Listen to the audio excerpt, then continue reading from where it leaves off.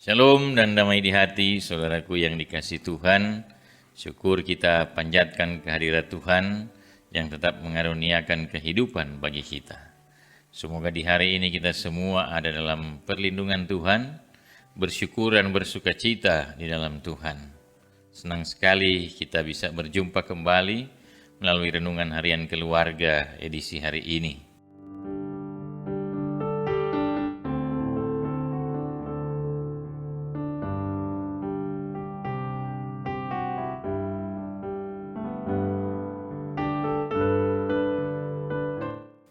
Mari siapkan waktu kita sejenak bersama firman Tuhan dan doa kita kepadanya. Sebelum kita baca renungkan firman Tuhan, mari kita berdoa. Sungguh indahnya ciptaan-Mu ya Tuhan di dalam kehidupan ini. Engkau yang merancangkan segala sesuatunya boleh terjadi dengan baik, bahkan indah pada waktunya. Kami mengucap syukur untuk hari yang Engkau beri bagi kami, dan berkati kami Tuhan di dalam kami menjalani hari-hari hidup ini. Kiranya firman-Mu tetap menjadi dasar pedoman di dalam kehidupan kami. Dan ketika kami hendak membaca merenungkan firman-Mu saat ini, kami mohon kiranya tuntunan kuasa Roh-Mu yang kudus akan memperlengkapi kami, sehingga firman-Mu menjadi berkat di dalam hidup kami.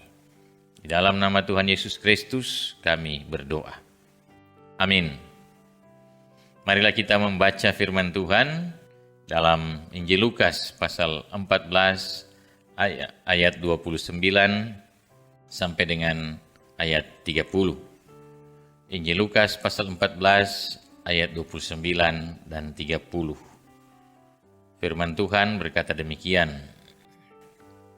Supaya jikalau ia sudah meletakkan dasarnya dan tidak dapat menyelesaikannya, jangan-jangan semua orang yang melihatnya mengejek dia, sambil berkata, orang itu mulai mendirikan, tetapi ia tidak sanggup menyelesaikannya.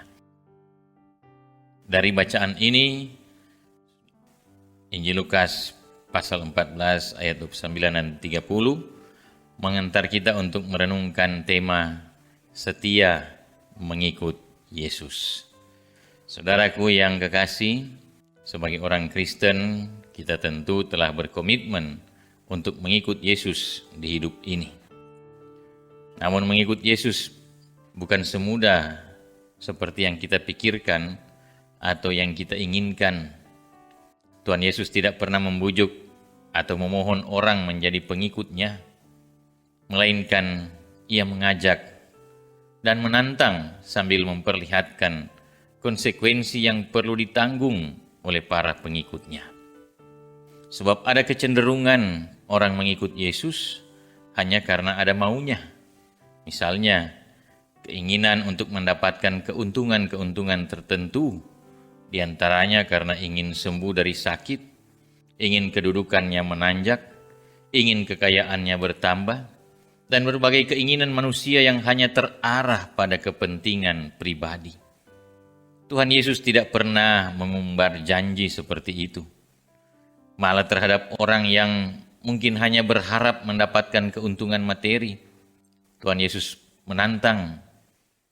Dia pernah berkata, pergilah, jualah apa yang kau miliki, dan berikanlah itu kepada orang-orang miskin. Kemudian datanglah kemari, dan ikutlah aku. Itu dicatat dalam Markus 10 ayat 21.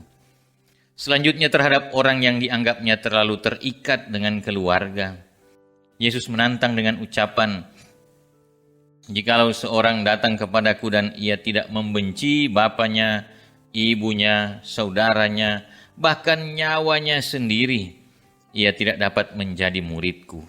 Itu dalam Injil Lukas 14 ayat 26. Oleh sebab itu, Tuhan Yesus menyarankan, sebagaimana dalam Lukas 14 ayat 28, 29, dan 30, bahwa sebelum kita mengambil keputusan untuk mengikut Dia di hidup ini, hendaklah kita mempertimbangkannya dengan baik secara matang. Seperti orang yang mau membangun menara, maka harus dipikirkan dan dipertimbangkan lagi seluruh aspek pendukung, misalnya soal pembiayaan atau modal yang cukup, supaya dalam pelaksanaannya orang itu dapat menyelesaikan pembangunan itu dengan baik. Artinya bahwa mengikut Yesus adalah perbuatan yang penting, bahkan sangat penting, lebih dari perbuatan yang dianggap paling penting menurut kebiasaan orang banyak, yaitu menghormati orang tua dan keluarga. Sebab baik budaya Yahudi maupun banyak budaya lain di dunia ini menganggap bahwa perbuatan atau urusan yang paling penting adalah mengutamakan urusan keluarga. Tuhan Yesus bukan bermaksud mengabaikan penghormatan dalam hubungan kekerabatan sebagai satu keluarga dengan membenci mereka. Tetapi yang Yesus pesankan bahwa di atas komitmen kekerabatan yang sangat tinggi itu, masih ada komitmen yang lebih tinggi lagi, yaitu mengikut Dia. Karena itu Yesus menegaskan bahwa ketika kita telah mengambil keputusan untuk mengikut Dia, maka tidak ada kata mundur untuk menyatakan kesetiaan kita mengikutnya, menuruti kehendaknya, melakukan firman-Nya sepanjang hidup kita. Sebab jika kita tidak sepenuhnya, kita tidak sungguh-sungguh atau hanya setengah-setengah mengikut Dia, atau akhirnya kita hanya menyangkal Dia di hidup ini, maka sia-sialah perjalanan hidup kita. Amin. Mari kita berdoa. Terima kasih ya Tuhan untuk firman-Mu di hari ini. Kiranya Engkau kuatkan kami, mampukan kami untuk terus berkomitmen, berkeinginan mengikut Engkau Tuhan. Karena kami percaya dalam iman bahwa ada rancangan yang indah, baik dan mulia yang Engkau sediakan bagi kami ketika kami dengan setia taat mengikut Engkau Tuhan. Ada harapan-harapan baru, bahkan ada kepastian masa depan kami. Oleh karena itu, tolonglah kami Tuhan yang tetap terus berharap dan mengandalkan Engkau, mengutamakan Engkau Tuhan dengan taat setia. Beri kami ketabahan, ketekunan, kerajinan, semangat juang, keberanian untuk kami melakukan hal-hal yang baik dan benar seturut dengan kehendak-Mu. Karena di dalamnya kami percaya Engkau Tuhan akan selalu memberkati kami, kerja kami, usaha mata pencarian kami, pendidikan dan segala harapan, cita-cita dambaan kami. Dan ada kepastian pula Engkau Tuhan selalu menjaga melindungi kami. Kiranya Engkau Tuhan selalu memperlengkapi kami, beri kami hikmat dan beri kami kuasa. Kami mampu dan sanggup melakukan hal-hal yang baik dan benar, memperjuangkan yang terbaik di hidup ini. Semuanya demi kemuliaan nama-Mu.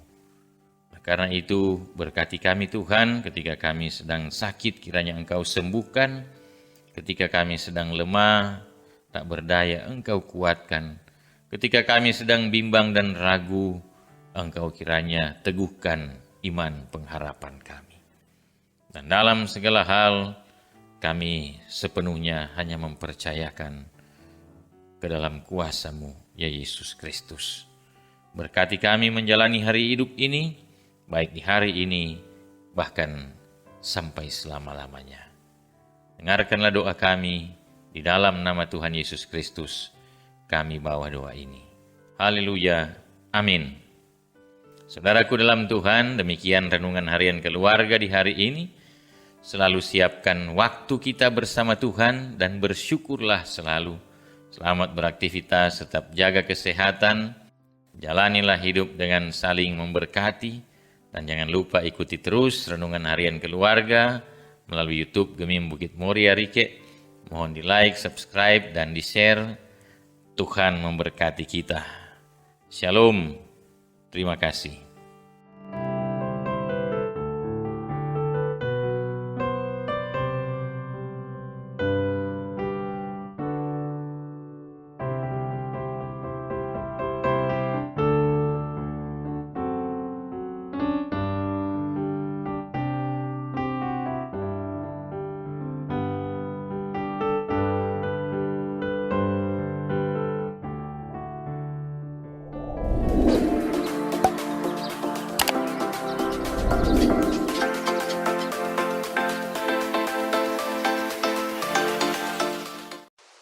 Jangan lupa subscribe channel Gemim Bukit Moria Rike.